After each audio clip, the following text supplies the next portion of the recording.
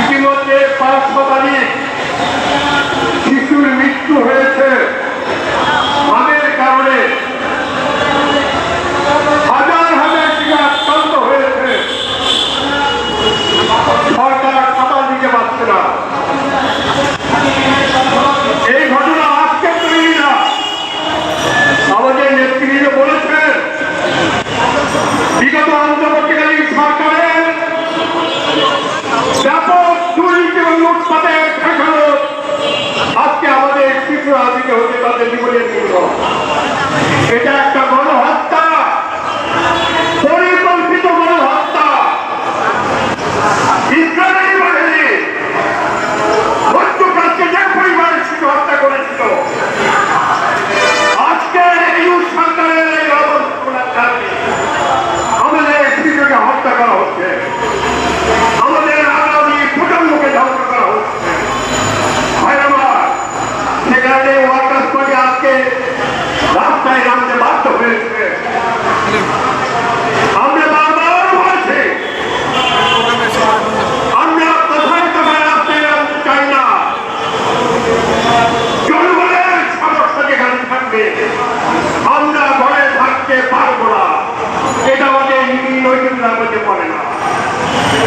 তাই বন্ধুরা, আজকে ওয়ার্কার্স পার্টি উদ্বেগের সাথে লক্ষ্য করছে বাংলাদেশের অর্থযাত্রাকে ধ্বংস করার জন্য এইভাবে শিশু হত্যা করা হচ্ছে।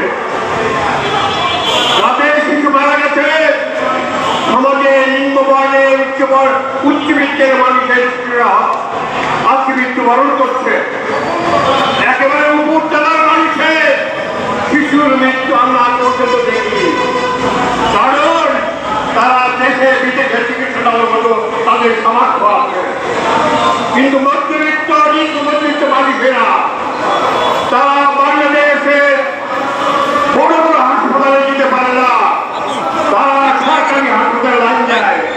আপনি যদি যান ঢাকা মেডিকেল কলেজে দেখেন সেখানে শিশুদের আত্মচিৎকার, তাদের বাবা মাদের আত্মচিৎকার।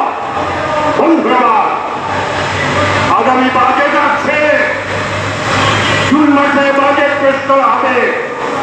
আমরা আজকে বলতে চাই বর্তমান সরকার আগামী বাজেটে স্বাস্থ্য এবং শিক্ষা খাতকে অগ্রাধিকার দিয়ে এই বাজেট প্রণয়ন করতে হবে। আমাদের আশঙ্কা রয়েছে আগামী এই বর্ষা মৌসুমে ডেঙ্গু রোগের আক্রান্ত হতে পারে। আমরা প্রতি বছর লক্ষ্য করি এই বর্ষার ভিতরে ডেঙ্গুতে আক্রান্ত হয়ে শত শত মানুষ প্রাণ হারায়।